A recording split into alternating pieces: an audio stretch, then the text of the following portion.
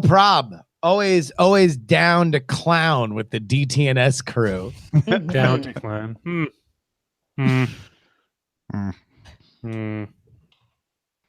Feel like a canoe. Wildebeest. You do? That's not what they make. They go as they make their massive migration from been watching nature documentaries. So hold on, Roger. I am to believe that you have a familiarity with the sound of a wildebeest, but not the concept of the World Cup. I used to be really big into animals. Used to be. Yeah. I'll be honest. Growing up, I played sports, but I was never really interested in competitive sports. Okay, but there's a difference between that, which is a fair point to make, and we respect you for it, and saying I've never heard of the World Cup. Which I didn't say I've never heard of it. He just said he was not up to date on what was going on. I was not up to date on. You're overplaying your hand. I think you're excessively. Let's roll the tape. Ribbing me. I'm sorry. I don't actually know what a wildebeest is. Full disclosure. What is it? What, Sarah? You don't. No, I mean, I know what it is, but you know what the World Cup is, and you don't know what a wildebeest is. I just think of it as a very large animal that I've never seen before. It has 4 legs. It has horns. You see those African Serengeti nature shows where the lion kills like the horned animal? It has like a mane on the back that isn't a zebra. It's probably a wildebeest. I thought that was like. There's also a water buffalo, but they're very dangerous and they're attacked very infrequently when they're full grown. Well, so sorry. I'm so into sports. Speaking of NBA draft on Thursday, who's excited? Justin is. I'll tell you what, I'm excited to see because there's a couple pieces in play now, as of course LeBron James, free agent, that will probably reshift things, and we have no more time because we have to start the show. Absolutely. Sarah Lane, it is your turn to open. All right. Convince the people in 3, 2. Daily Tech News Show is powered by you. To find out more, head to dailytechnewsshow.com/support. This is the Daily Tech News for Monday, June 18th, 2018. I'm in Los Angeles. I'm Tom Merritt. Are you sure, Tom? From Studio Freeland, I'm Sarah Lane. From Oakland, California, I'm Justin Robert Young. And of course, we wouldn't be complete without our producer, Roger Chang. Hello. I do know what a wildebeest is. I'm a little fuzzy on the World Cup. That's okay. Listen to the pre-show on Patreon for more on that. Let's start with a few tech things you should know. Google will invest $550 million in China's second largest e-commerce company, JD.com. Tencent and Walmart are also investors in JD. SurveyMonkey registered for an initial public offering on Monday. SurveyMonkey, which was founded in 1999, says it currently has over 3 million daily users. Sandia National Laboratory is adopting HPE's ARM-based supercomputer called Astra as an experimental platform for nuclear research. If it goes well, it could be actually integrated in regular research. Astra is a more powerful, efficient supercomputer with faster memory speeds than x86 CPUs, which makes it great for bandwidth-sensitive applications. The U.S. Supreme Court says it will hear Apple's appeal against a ruling that Apple breaks antitrust laws with its App Store. A class action lawsuit says Apple monopolizes the sale of apps, leading to inflated prices. Google's Datally app, which helps reduce data usage, has added the ability to find nearby Wi-Fi hotspots, set data limits for yourself and others, and find unused apps that consume data so you can delete them. That last one is something I want. Definitely. Yeah. All right. Let's talk a little bit more about 911. This is one of those stories that I think is good, but it's getting a lot more buzz than I expected. Maybe it's because it's one of those Apple finally getting on board with something other phones have, and the iOS people getting very excited. Apple announced that iOS 12 will automatically share your location with first responders during 911 calls in the US if the call center supports it. So there's a protocol that iOS will support. Any emergency call centers here in the US that support that will be able to automatically locate it. And it's more than just geolocation with Wi-Fi and GPS. There's a improved way of doing it. In fact, Apple says it should exceed the FCC's 2012 requirement of pinpointing your location within 165 feet, a minimum of 80% of the time, which is very accurate. And they say there's assurances that location info will only be shared with the 911 center during the call and won't go anywhere else. Doesn't it kind of seem like 911 in 2018 is almost outdated? Like, shouldn't there be? I think this is part of it, right? It's like, well, if you were in an emergency and you really needed help, and someone on the other line is like, where are you? What's the cross street? That kind of thing. Like, this is really helpful. What's interesting is that it sounds like what Apple is doing is basically absorbing another company that's been doing this for a while, but iOS 12, will not make you download this separate app, which of course a lot of people would know to do. Sure. I almost wonder whether or not there's something to just having an app where the full range of sorting what issue you need with the government, your local government, that if it's like an absolute emergency, it should be different. Like, I don't know. It seems like there's a lot of data that when we interact with law enforcement, we would be more willing to do it if it had less friction that we have in almost every other way of life. I kind of feel like 911 is doing what you're saying. No, because you still have to call them. Well, like, I mean, you still have to make a phone call, and in many situations where you need 911, that's a major problem. But that's the I whole can point of squeeze this. my phone and like, press a button. I don't have to actually dial the numbers anymore. Sure. Right. And like, let's say, I don't know, you're bleeding out. You can't talk. Like, somebody can pinpoint you and get to you more quickly. I mean, I can say, hey, voice activated assistant, call the emergency. Call, I don't want to say 112, but Yeah, no, I'm saying that this is a good step in the right direction. I'm also yes-anding. I think that we could even go further than that. I thought you were trying to get to a 911 as a joke in your town. Joke. That's a whole other thing. He was headed there. Depends on the town. On a totally different note, Microsoft has acquired Flipgrid, a video discussion platform app that uses video to make collaborative lesson plans where students can discuss and reply to topics with video clips at home or in the classroom. Microsoft VP Aaron Medeiros said that Flipgrid will continue to work across Microsoft, Google, and partner ecosystems. The company also says more than 20 million teachers and students in more than 180 countries are now using the service. I had never used it before, not a student, but I did actually play around with it a little bit earlier, and it's very cool. It seems unorganized, almost in the way that I would assume Facebook might have been in the early days when it was a lot of students and nobody else. But knowledge base is cool. And the fact that Microsoft is dropping paid plans now that they're acquiring Flipgrid means that they're serious about the education sector.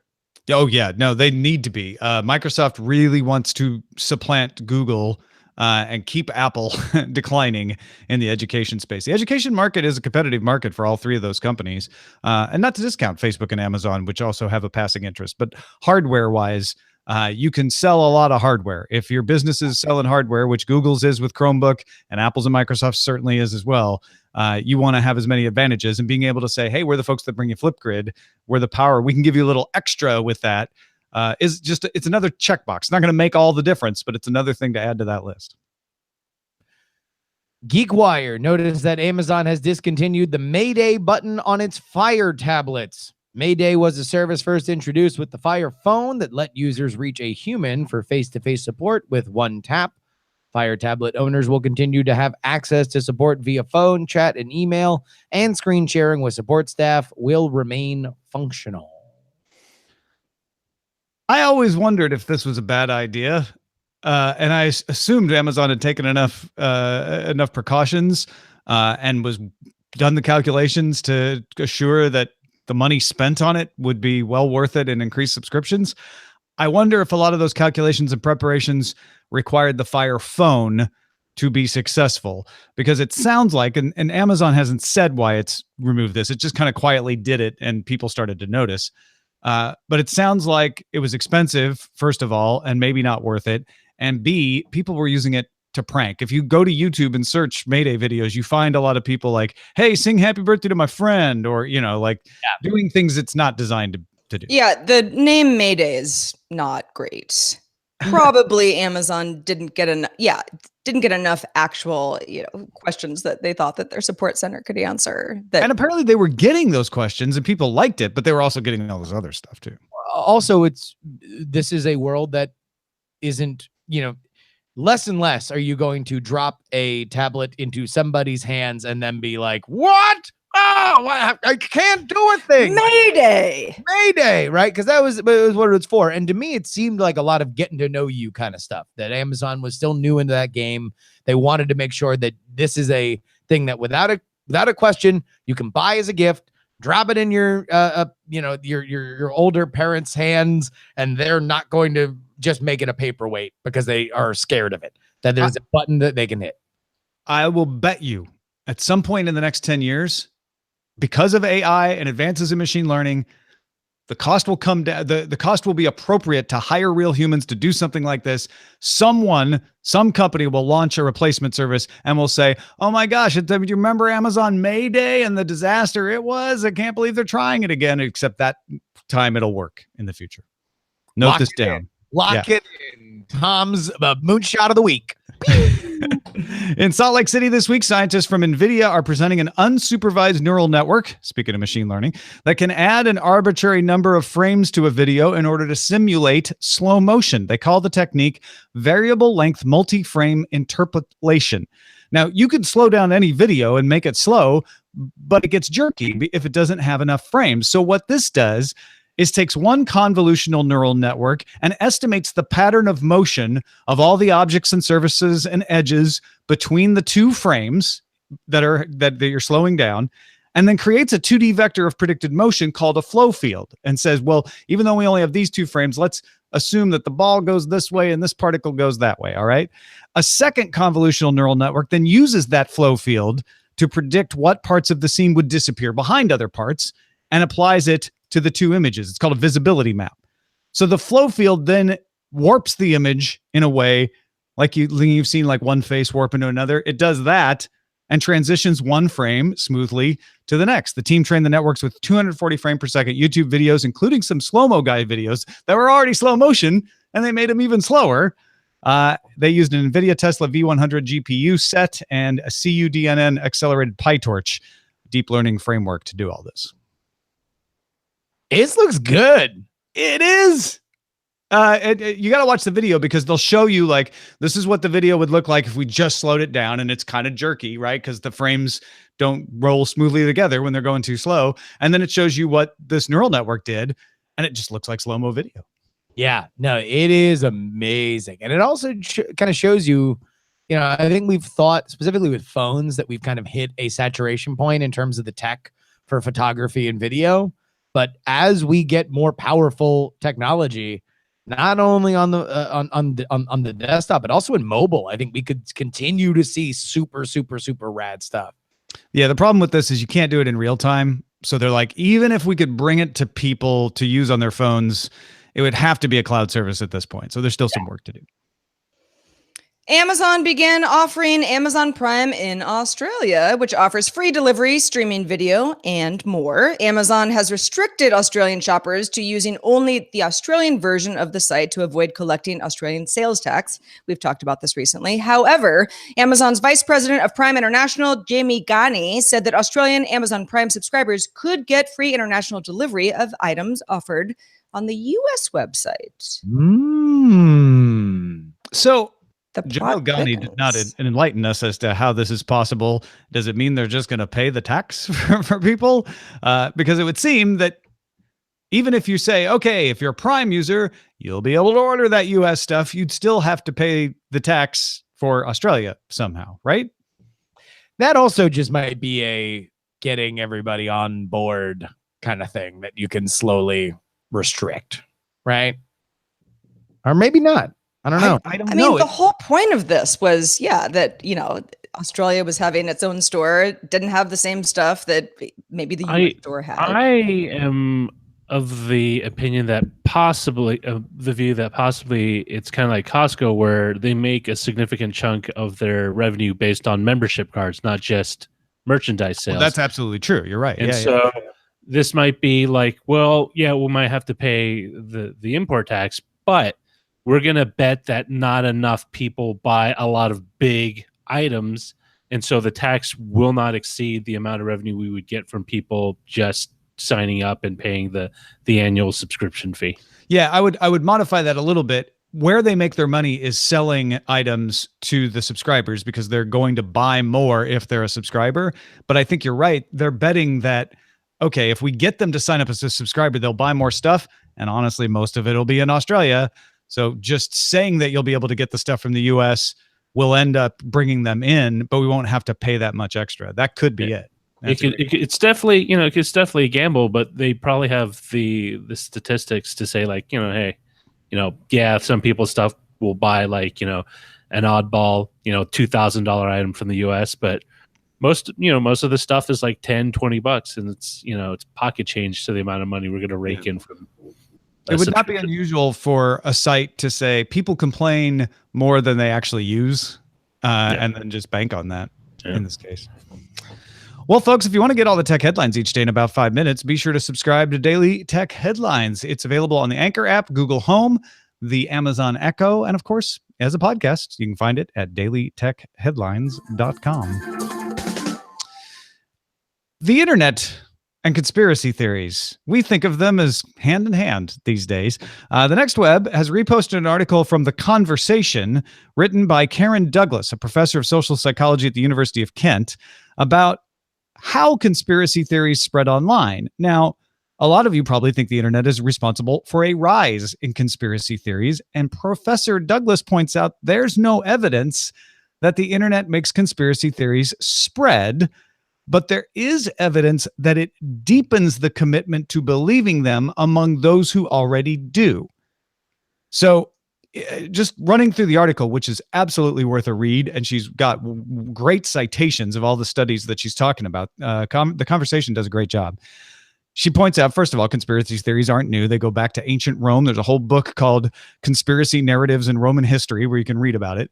There's no evidence that people are more prone to believe conspiracy theories now because of the internet. An analysis of published letters to the editor of the New York Times showed that between 1897 and 2010, theorizing remained steady. Conspiracy theories remained steady, with peaks only happening during the Depression in the late 1800s, not even the 30s, but the late 1800s, and the Red Scare of the 1950s. That's when the conspiracy theories spiked. But since the internet happened in the mid-90s, there hasn't been another spike like that.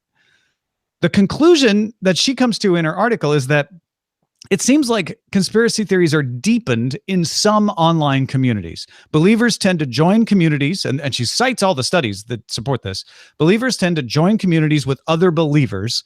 Those communities tend to keep out non-believers and filter out any contrary information. So it strengthens their belief because they build their own little echo chamber.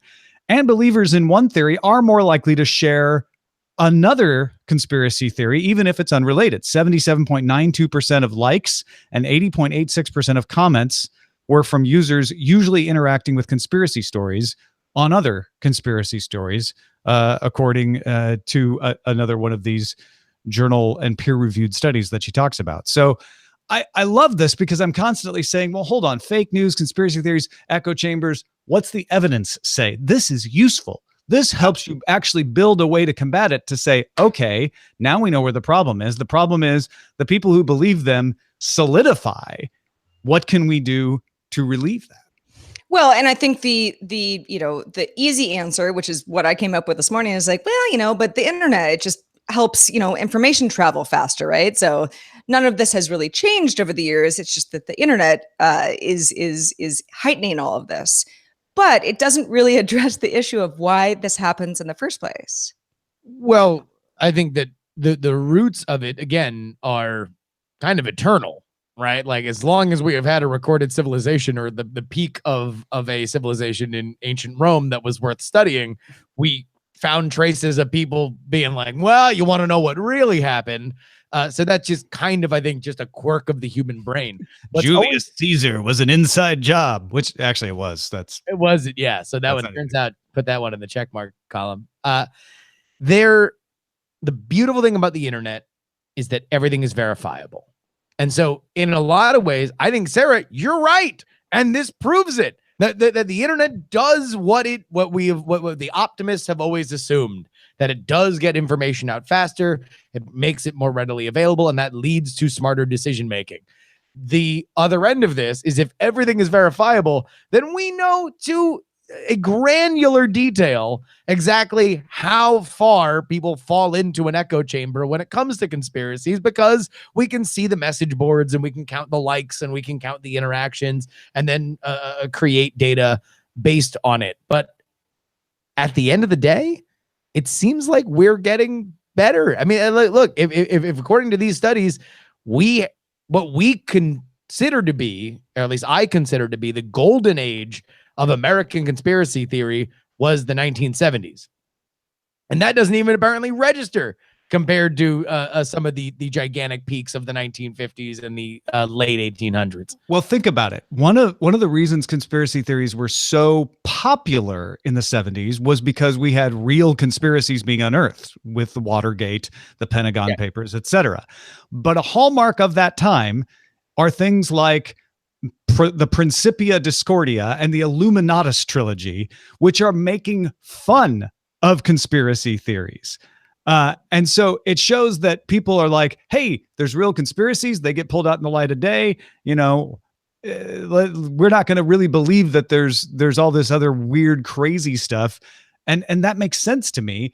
And it ties into what you're saying, Justin, which is, we have more light of day on things than we've ever had before. And I think we've also gotten spoiled by that faster than ever before, so that, you know, things don't move linearly. When suddenly it darkens a little and there's people trying to hide stuff, we start to think, oh, things are getting worse and it's the internet's fault. And it turns out, well, no, it's just the cycle of human behavior. And that's why I love stuff like this. Is you could say, well, Tom, you're just being naive, but there is no evidence that we are believing conspiracy theories in greater numbers. So if we spend a lot of energy trying to stop people from believing conspiracy theories, we're kind of fighting the wrong battle. We need to target, like, okay, where are these conspiracy theories hardening and causing people to do more dangerous things and more extreme things because they're hardening in their belief? That's where we should be spending the time, in my opinion. Yeah, but to the point about deepening conspiracy theories, the rise, or rather popular discussion over flat Earth conspiracy theories, is always my favorite, because talk about deepening, 9 times out of 10 in my anecdotal research into this, a flat Earth conspiracy is always the Voltron of 4 other separate, different conspiracy theories. You very rarely just wake up and say, well, obviously the Earth is flat. It's more likely you believe that that people there is are lying to you. You have general distrust. That there is, there is a control of the media, that there might be a one world government, that there are falsifications in the scientific community at the very least, that the people that went, that, you know, the moon landing was a hoax. And then when you mash all of them together, you get the grandest of all lies that has been hidden, which is that we indeed live on a flat disk as opposed to a round sphere. And that is fascinating to me. And it is informed by this, that A, conspiracies are meant to interlock, and B, the one thing that we can prove through our verification of the internet is that these things have gone deeper and deeper. Well, and look at Facebook, Twitter, any large social network is now trying to figure out, okay, how do we try to mitigate disinformation and make everybody, you know, feel safer, and this whole thing, because they're huge and now they have to solve a problem that already exists. Snopes.com pretty much always has my answer. Anytime I'm like, is this real or not? You know, but that's a very antiquated solution, right? That's the only real website that I can think of. I mean, unless you're like trolling Reddit for a while, that, you know, kind of seeks to unmask a lot of these things instead of people just sort of talking bubbles. Oh, there's, I mean, first of all, yes, it's the only one that's broad, but there's PolitiFact, there's factcheck.org. They're very politically oriented, but also you can just do a search. I think we forget that. Like, you don't even have to go to Snopes. Just be like, hold on. It's always the first result. What does the New York Times have to say about this? What is, and maybe you don't believe the New York Times. What are the journal articles say? Like, you can find reputable sources that comment on stuff.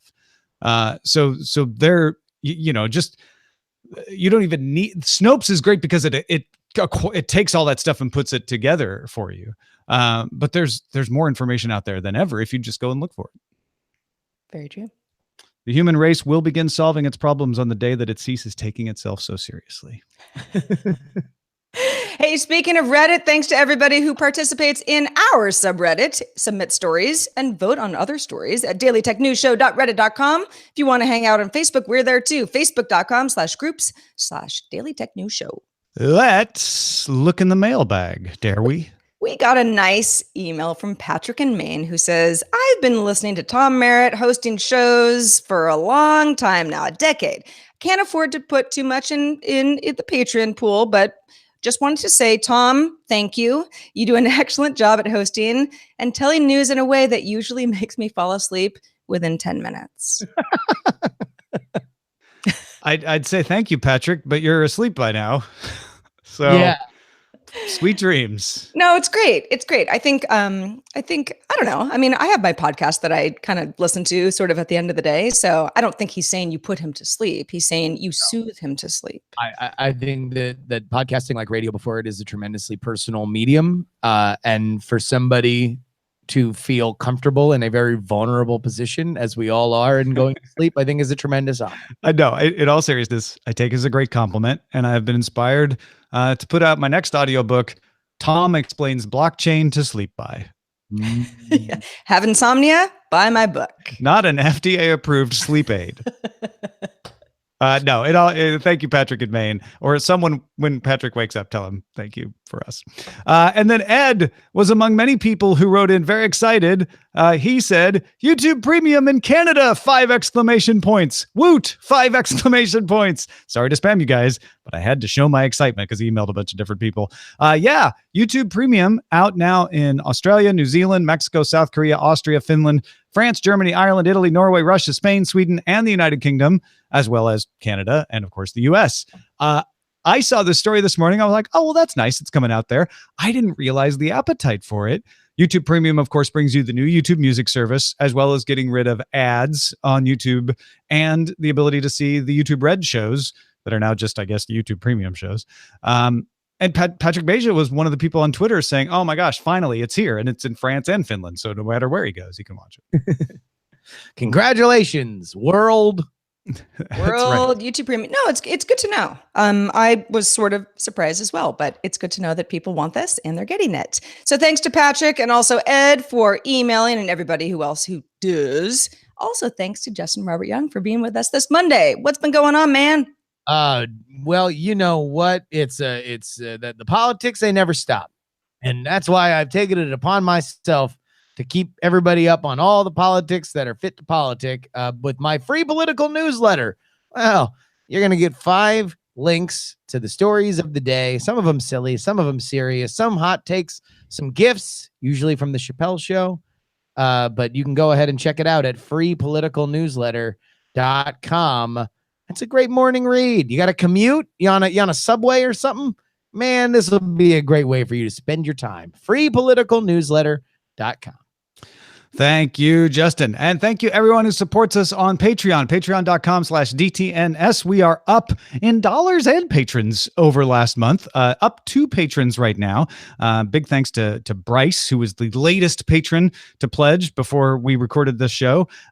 Join Bryce if you haven't already in supporting the show and help keep us growing at least 1 person, if not more, every month. It's our benchmark to make sure that we're headed in the right direction. And we thank you for your support at patreon.com/DTNS. Our email address is feedback@dailytechnewsshow.com. Love your feedback. Love your stories. Keep them coming. We're also live Monday through Friday at 4:30 p.m. Eastern, 2030 UTC. You can find out more at dailytechnewsshow.com/live. Back tomorrow with the now very happy to have YouTube Premium, Patrick Beja. Talk to you then.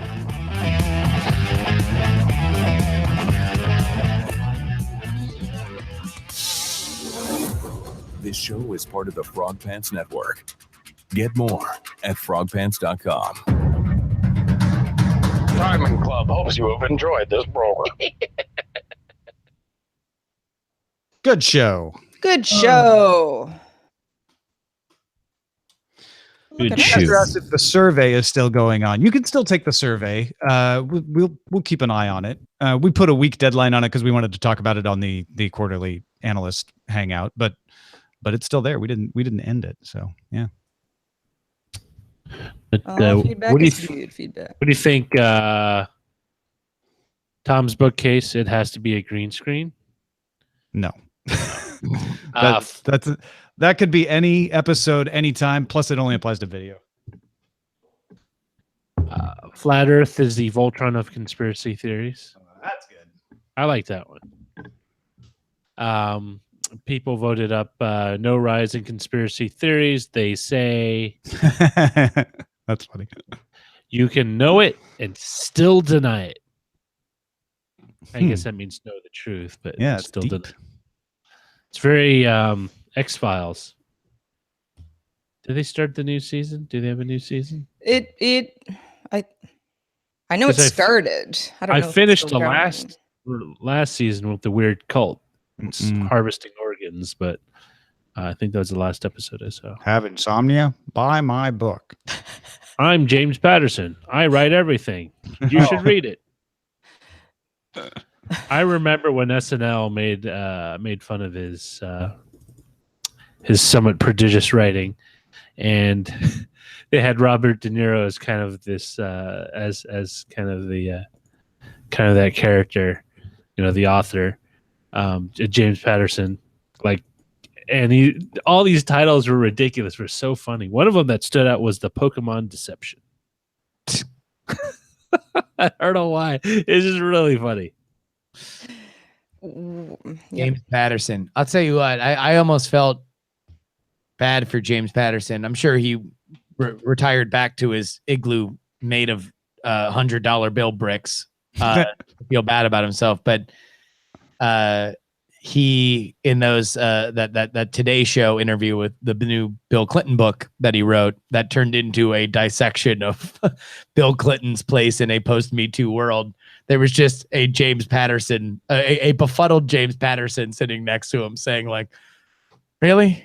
All right, I guess I'll just sit here and not twiddle my thumbs. I guess I'll just be here." Glad I wrote this book with the next president.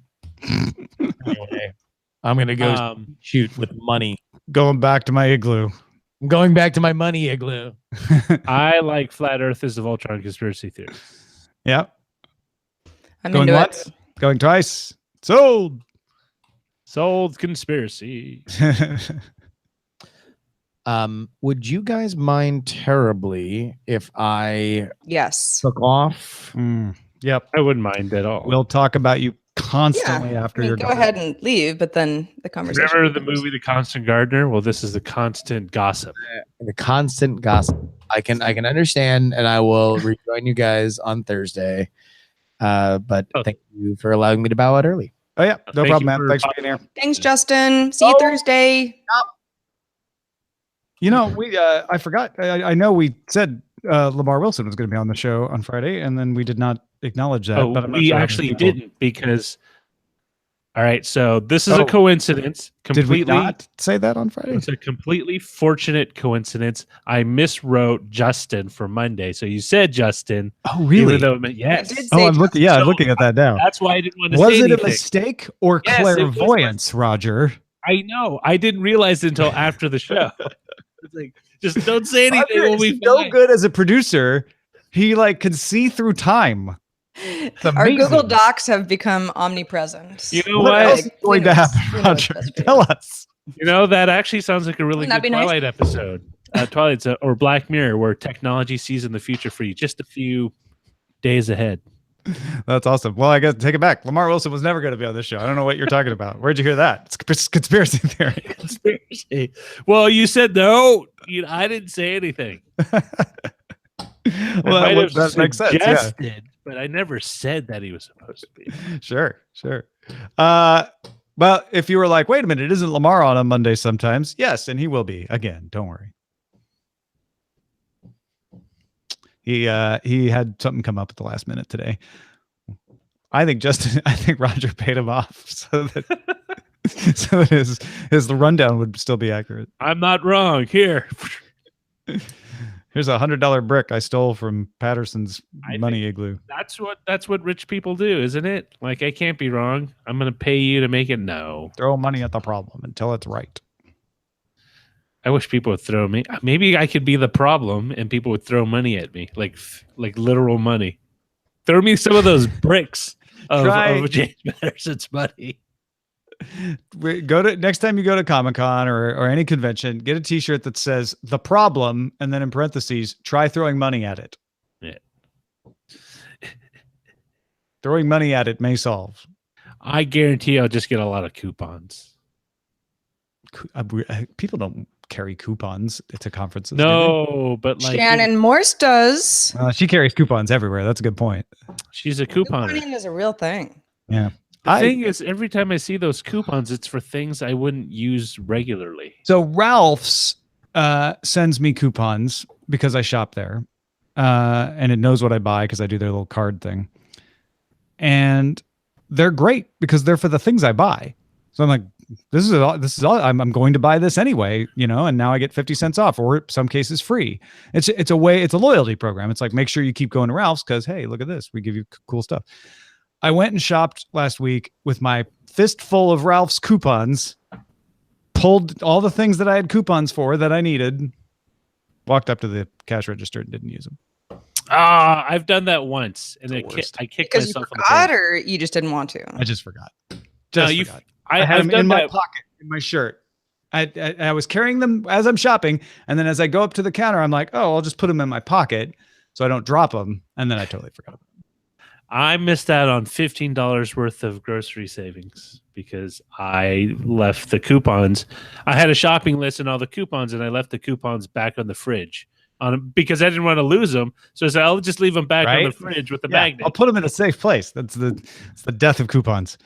I mean, it wasn't the end of the world because it was, again, all stuff I would have bought anyway. So it was just like, oh, crap. I went through all that trouble of making sure that I had them with me the whole time.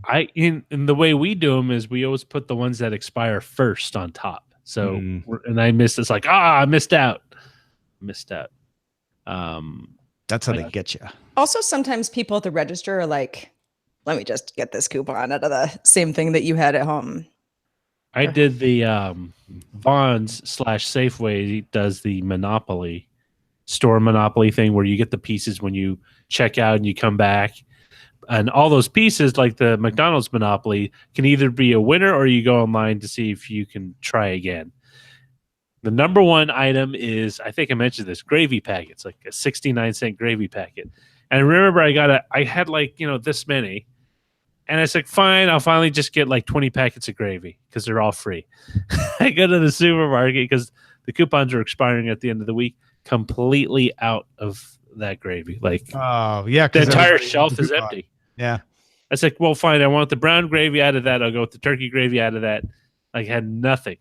But that's why they issue those coupons a lot of times, is to move product. I have 6 cans of tomato paste, like those little cans of tomato paste, because they were free. I don't know what to do with them. You make pasta. I was thinking of making pizza, like with Boboli, but I remember not liking Boboli. I'll give you my spaghetti recipe. Yeah, you gotta season that paste. Yeah. All my spaghetti sauces have a combination of tomato sauce, tomato paste, spices and stuff. Garlic. Yeah. Onion. Mm-hmm.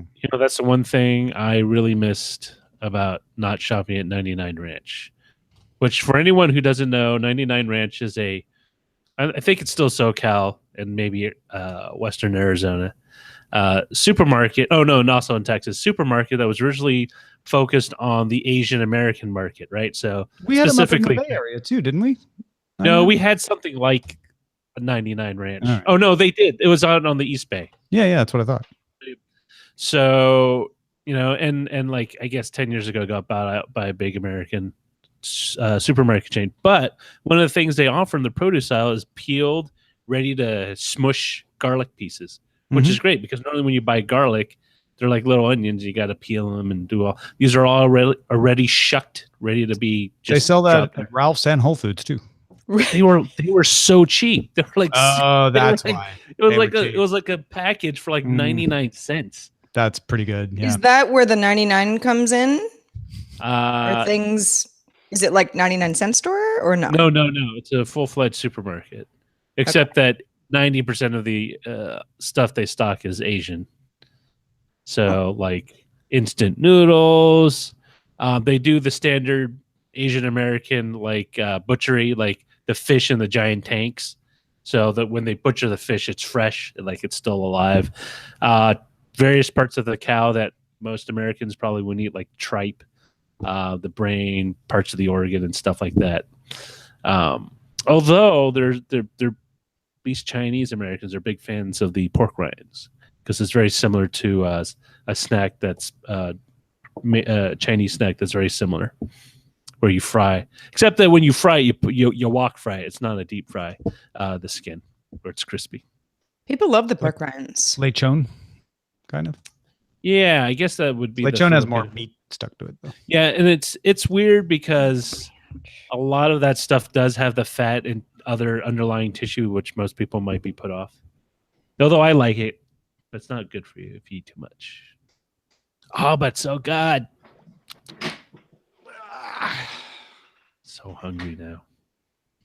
I went to Subway yesterday, so that happened. Ever since the whole we made our bread out of that one ingredient that they used in exercise mats or something, I haven't gone back. Yeah, I don't do it often, but I don't know. I wanted a sandwich, and it was so close, and it was good.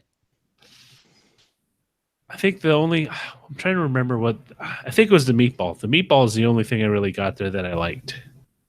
So when you were saying you missed 99 Ranch, you're saying you missed it before it got bought or something? Oh no, I admit one of the things is that what I miss about it is that it's very far away and it's a very infrequent shopping experience for me. There's a bunch near you. Yeah, like 45 minutes away. It's not near, but it's close. Oh, they're like in Pasadena and down in El Monte. Like I know, I was just at it like 2 weeks ago. Oh, okay, all right. Too much of a drive. Gotcha. You know how it is. It's not the distance. It's the traffic. Yeah, and there's no direct road, I guess, is there? And as with all things Asian American, the parking lots are always packed. I think that you could just unlike other parking lots with Los Angeles there and No, I mean like it's always packed, no matter when you go on a weekday, weekend, morning, evening. My statement still stands. People need groceries. Oh, they sell those little desserts things, like my peanut milk soup. Oh yeah, I saw your picture of that. It's really nauseating if you think about it, but it's good for me. It's soggy peanuts and sweetened milk. I don't know if it's because we've been watching so much Terrace House, but Eileen went over to Mitsuwa Marketplace this weekend and bought a bunch of groceries there. So she made Japanese curry and I made you're close to that one. Oh yeah, it's right. It's pretty near. Yeah. Some ground beef and what else did she make? She got these little like anchovy snacks, Japanese anchovies. So much good stuff over there. So good. It is, and I don't understand why they can get those great prices, because 99 Ranch now is owned by a large American supermarket conglomerate. But like strawberries, I got a basket of just standard size strawberries, 99 cents, and they're all good. Like it wasn't like, oh, these are really bland or anything. For anyone who wants to know, this is what milk peanut soup looks like. Let's see. Oh, it's like some tapioca nightmare. No, there's no tapioca. It's literally sweet I milk. know it just and kind of has peanuts in that it. like. Ooh. Well, I'm So not going to say it's bad because I've never had it. if you like peanuts, you'll like it. I think. Eh, sort of. If you like peanuts in your cereal in the morning, you'll like it. Is there a peanut doesn't? cereal? 99 Ranch is owned by Tawa Supermarket Incorporated, a Taiwanese company. Is it? I Mhm. remember them getting bought up by. Oh, that happened. No, apparently not. Hmm. Apparently they got bought out by Tawa Supermarket Company, which is a big company. Buena Vista, Nevada. And it maintains Oops. its own production facilities in China for quality control and cost. Southern California. Also, call me a conspiracy theorist, but You're a bunch of conspiracy theorist. strawberries that taste good for that cheap, something weird. They're made of people. What's the trade-off? Typically on that stuff, it's because they buy what the supermarkets don't buy. Right. Yeah. So- It's like overstock for. When a supermarket goes, like the buyer goes out, they go to my dad used to go to. You go to like a wholesaler and you say like, I want 20 cases of that head of lettuce, 5 cases of these tomatoes and stuff like that. But the Vons and Safeway and Ralph's, they all get like first dibs because they're like buying a lot, like thousands. So because 99 Ranch and a lot of other grocery stores are smaller, they just like, well, I'm going to buy this many. We'll buy all the stuff that you couldn't sell, so we'll get it cheaper, slightly. I mean, they were ripe, and that's the other thing. Like when you go to Ralph's or you go to Vons, typically they're not ripe yet, so you can they'll stay a little bit longer in your fridge. But like the ones at 99 Ranch were like, okay, these are ripe. You got to eat them like in the next 2 days. Jason Chen. I gotta make myself go to 99 Ranch one of these days. You'll love it. Actually, I don't think it was acquired. In 1993, 99 Ranch invested in a Chinese-Canadian supermarket chain called TNT Supermarket, along with Uni President Enterprises Corporation of Taiwan, but it never sold itself. It does franchising, though. Oh, E&E supermarkets. Huh. Interesting. Yeah. Well, there you go. It's really good. I like themed supermarkets.